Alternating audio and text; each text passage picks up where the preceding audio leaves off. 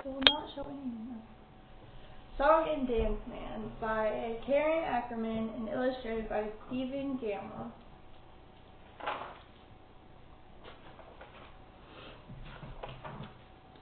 Grandpa was a song and dance man who once danced on the vaudeville stage. When we visit, he tells us about a time before people watched TV, back in the good old days, the song and dance days. "Supper in an hour," Grandma calls from the kitchen. "I wonder if my tap shoes still fit," Grandpa says with a smile, and then he turns on the light to the attic and we follow him up the steep wooden stairs. Faded posters of Grandpa when he was young hang on the walls. He moves some cardboard boxes and a rack of Grandma's winter dresses out of the way, and we see a dusty brown, leather-trimmed trunk in the corner. Where's the trunk? As soon as Grandpa opens it, the smell of cedar chips and old things saved fills the attic. Inside are his shoes, with the silver half-moon taps on the toes and heels, bowler hats and top hats, and vests with stripes and matching bow ties. We try on the hats and pretend we're dancing on a vaudeville stage, where the bright lights twinkle and the piano player nods his head along with the music. After wiping his shoes with a cloth he calls a chamois, Grandpa puts them on. He tucks a small white pad inside the shoe so his corns won't rub, and he turns on the lamp and aims each one down like a spotlight.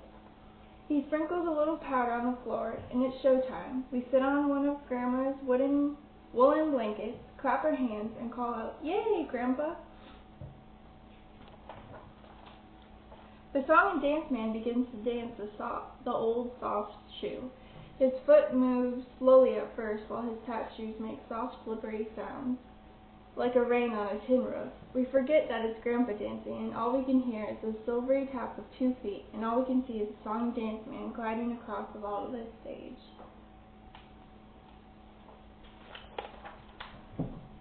He says, "Watch this," and does a new step that sounds like a woodpecker tapping on a tree.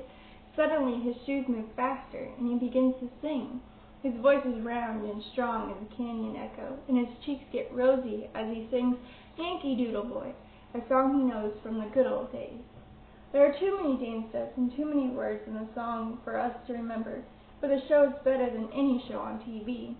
The song and dance man stops and leans forward with a wink. "What's that in your ear?" he asks, and pulls a silver dollar out of somebody's hair.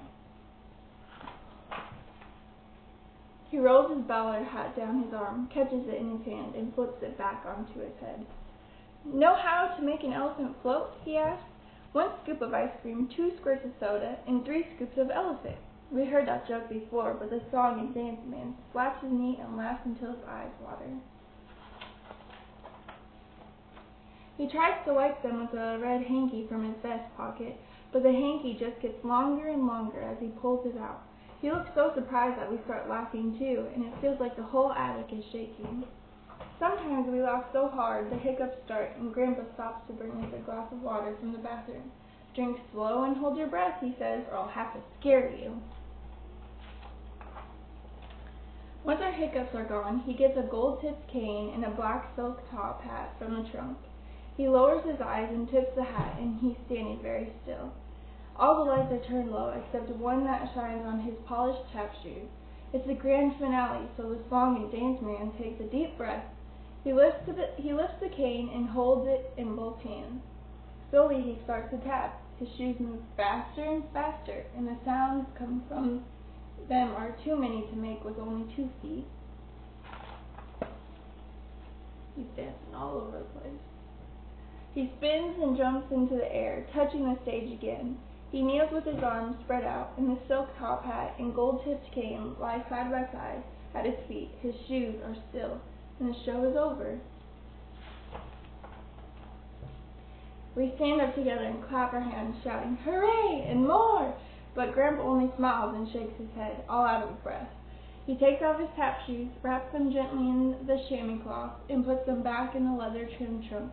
He carefully folds his vest and lays the top hat and cane on it, and we follow him to the stairway.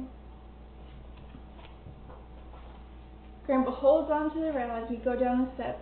At the bottom, he hugs us, and we tell him we wish he could have seen him in the good old days, the song and dance days. He smiles and whispers that he wouldn't trade a million good old days for the days he spends with us. But as he turns off the attic light, Grandpa glances back up the stairs, and we wonder how much he really misses the time on the vaudeville stage when he was a song and dance man. All done.